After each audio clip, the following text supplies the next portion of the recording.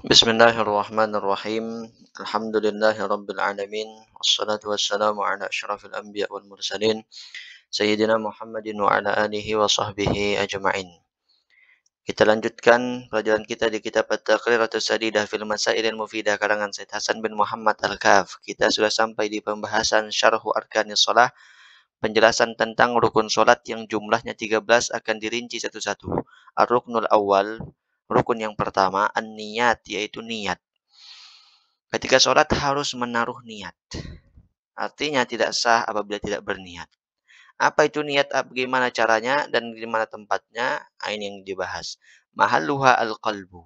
Niat itu tempatnya di hati, bukan di lafaz. Wa talaffuzu biha sunnatun. Dan melafazkan niat itu sunnah. Contoh misalnya, sholat zuhur. Niatnya apa? Niatnya mengatakan di dalam hatinya usolli fardhu zuhri.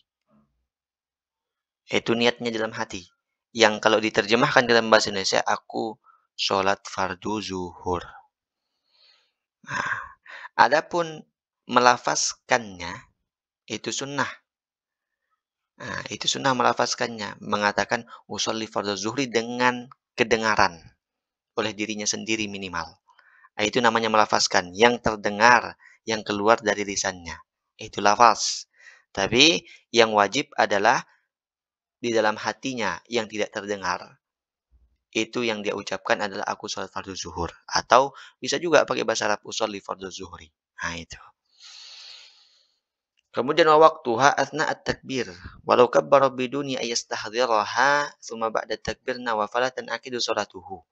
Nah, waktu kita berniat kapan? Waktu kita berniat di saat kita takbir. Di tengah-tengah kita takbir. Nah, begitu mengucapkan Allahu Akbar, dalam hatinya sudah bilang usolli fardu zuhri. Aku sholat fardu zuhur. Seandainya dia bertakbir dulu, kemudian setelah takbir dia mengatakan niatnya tadi itu, maka tidak sah sholatnya. Atau sebaliknya, sebelum takbir dia berniat, maka seperti itu juga di dalam pendapat yang kita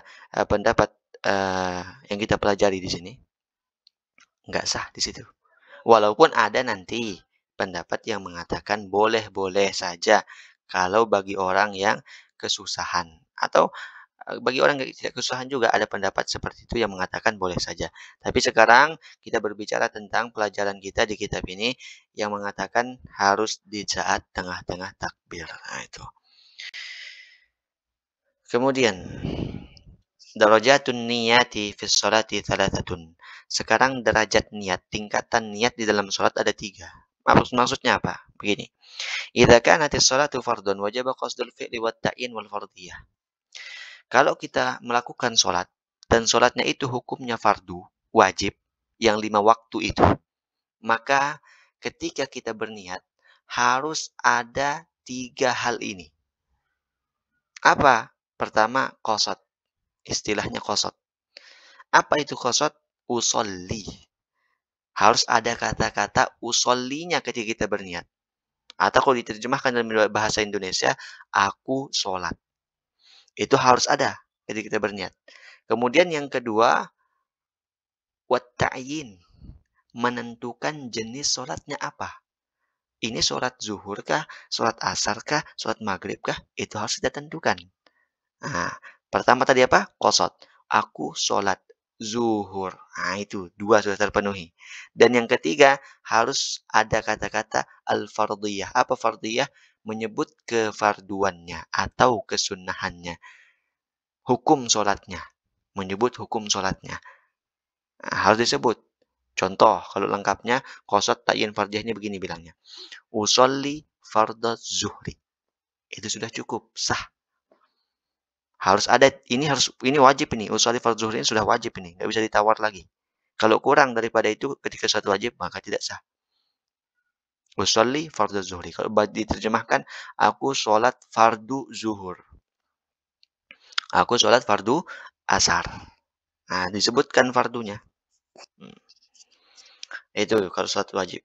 Kemudian, kedua, idza kanatis sholatu nafilatan muaqqatatan kadduha wal witr au dzata sababin ka sunnatil kusuf wal istisqa wajaba qasdul fi'li wat ta'yin.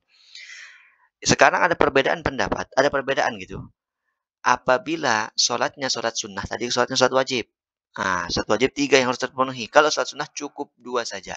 Kalau sholat sunnah, mohon maaf, kalau sholat sunnah yang memiliki waktu cukup 2 saja yang terpenuhi. Contoh sholat sunnah yang memiliki waktu apa? Sholat sunnah duha. Sholat sunnah duha ada waktunya apa enggak? Ada waktunya. Waktunya setelah terbit matahari meninggi 1 tombak sampai dengan waktu zuhur. Ada waktunya. Sholat witir ada waktunya apa tidak? Ada. Setelah sholat isya di malam hari. Sebelum sholat subuh. Ada waktunya. Atau sholat sunnah yang memiliki sebab. Seperti sholat sunnah gerhana. Ada kan sebabnya kita sholat kan gerhana. Ada sholat sunnah istisqa minta hujan. Kita sholat sebabnya mau minta hujan.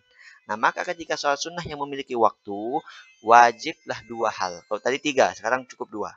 Apa itu? Pertama, qasdul fi'li qasad. Aku sholat. Usolli. Kemudian wat ta'yin yang kedua adalah ta'yin, menentukan jenis sholatnya apa. Usolli duha. Usolli sholat duha. Aku sholat duha. Sudah cukup. Walaupun tidak menyebutkan fardiyahnya, hukum sholatnya. Aku sholat sunnah aku sholat sunnah duha. Nggak harus pakai bilang sunnah. Usolli sunnat duha. Tapi seandainya dia mau bilang itu nggak apa-apa, sah juga, bagus juga. Tapi yang wajib adalah qasad dan ta'yin. Aku sholat duha sudah cukup. Tidak menyebutkan sunnahnya. Nah, itu. Kemudian, yang ketiga, idza kanati sholatu nafilatan mutlaqatan wajaba qasdul fi'li faqat. Kalau sholat sunnahnya itu, sholat sunnah mutlak, nggak punya sebab, nggak punya waktu. Sholat sunnah aja. Maka di saat itu yang wajib ketika kita berniat harus hadir adalah qasad saja. Aku sholat sudah cukup. Nah itu. Kama qala sahibu Safwati Zubat, sebagaimana yang dikatakan Ibnu Ruslan dan Ibnu Zubat, arkanu thalatha asyar an-niyah fil fardhi qasdul fi'li wal fardhiyah awjib ma'at ta'yin amma dhu sabab wal waqtu wal qasdu wa ta'yinun wajib kal witri amma mutlaqun min nafliha fa fihi takfi niyatun li fi'liha. Kemudian masailu fin niat, permasalahan-permasalahan terkait tentang niat. Pertama, la tajibul niyatul fardhiyah ala sabi inda ramli illa idza ta'ayyanat alaihi salatul janazah li isqatil fardhi khilafan li Ibnu Hajar fatajibu indahu mutlaqan. Pertama, permasalahan niat.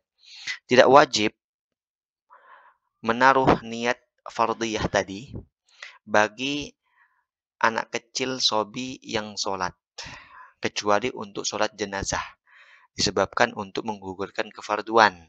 Berbeda kalau menurut Imam Ibnu Hajar, maka wajib tetap fardiyahnya bagi sobi tadi. Kemudian yang kedua, la tajibu niyatu idhafatis sholati lillahi subhanahu wa ta'ala wala niyatu ta'yini adadil rakaat wala niyatu istiqbalil qiblah wala niyatul ada awil qadha bal kullu dzalika sunnatun. Permasalahan kedua, katanya begini, tidak wajib niat menyandarkan sholat kepada Allah Subhanahu wa Ta'ala. Artinya nggak wajib pakai lillahi ta'ala. Nggak ada kata-kata lillahi ta'alanya, nggak apa-apa, sah juga. Tapi kalau ada, bagus. Nah itu. Bukan niat kita untuk meremehkan, oh ternyata nggak apa-apa, nggak pakai lillahi ta'ala. Nah, akhirnya meremehkan, bukan seperti itu. Yang wajib itu usolli fardhu zuhri, sampai situ sudah sah, itu sudah cukup, itu sudah wajib, yang wajib itu. Adapun usolli fardhu zuhri arba'a rakaatim, menyebutkan rakaatnya, mustaqbil kiblati, menyebutkan kiblatnya, adaan, menyebutkan jenis salatnya, ada apa qadha, lillahi ta'ala, disandarkan kepada Allah, itu semuanya sunnah. Yang wajib usolli yang tadi itu qasad, ta'yin dan fardiyah. Nah itu. Kama qala sahibu Safwati Zubat, duna idhafatin li jalal wa raka'at istiqbal. Kemudian yang ketiga, idza kana al-musalli ma'muman fayajibu alaihi an yanwi al-jama'ata aw al-iqtida'a aw al-ma'mumiyah. Fa idza lam yanwi wa taba'a imamahu ba'da intizarihi fi ruknin wa tala dhalika al-intizar, batalat salatuhu wa la tajibu niyatuha 'inda al-ihram. Permasalahan ketiga, apabila ada orang yang sholat sebagai makmum, maka orang itu harus berniat sebagai makmum. Harus berniat atau dia berniat jamaah, atau dia berniat mengikuti imam, atau dia berniat sebagai makmum. Nggak boleh, nggak boleh orang itu tidak berniat makmum tapi mengikuti gerakan imam. Gerakannya dia digantung dengan gerakan imam. Dia akan bergerak setelah dia melihat imam itu bergerak, padahal dia tidak berniat bermakmum, tidak berniat mengikuti imam. Maka kalau seperti itu, batallah sholatnya.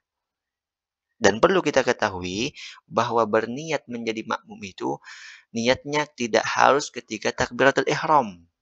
Misalnya, ada orang sholat, kita baru datang, orang sudah sholat berjamaah, kemudian kita sholat, niatnya sholat sendiri. Gerak sendiri dulu. Nanti di tengah-tengah sholat baru dia niat menjadi makmum. Nggak apa-apa, nggak apa-apa. Tapi bukan untuk main-main loh ini ya. Nah itu, cuma teorinya seperti itu, ilmunya seperti itu supaya kita tahu. Nah, begitu. Tapi kalau dia niat di saat ihram bagus juga, lebih bagus tentunya. Ini cuma uh, ilmiahnya seperti itu, ilmunya begitu. Kemudian yang keempat, idza arada ay yusalli qasran fi safar wajib niyatul qasr inda al-ihram fa idza lam yanwi indahu wajib al-itmam.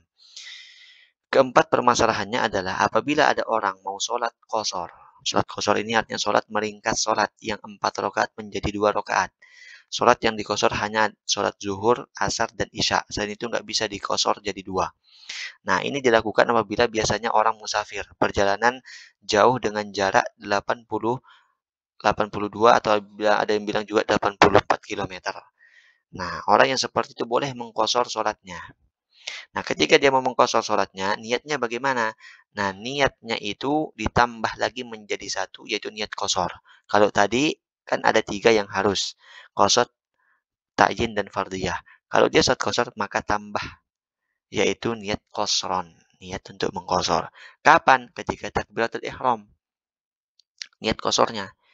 Nah, kalau dia tidak niatkan kosor ketika takbiratul ihram, di tengah-tengah sholat, baru dia ingat mau mengkosor, maka nggak bisa sudah mengkosor. Harus disempurnakan menjadi 4.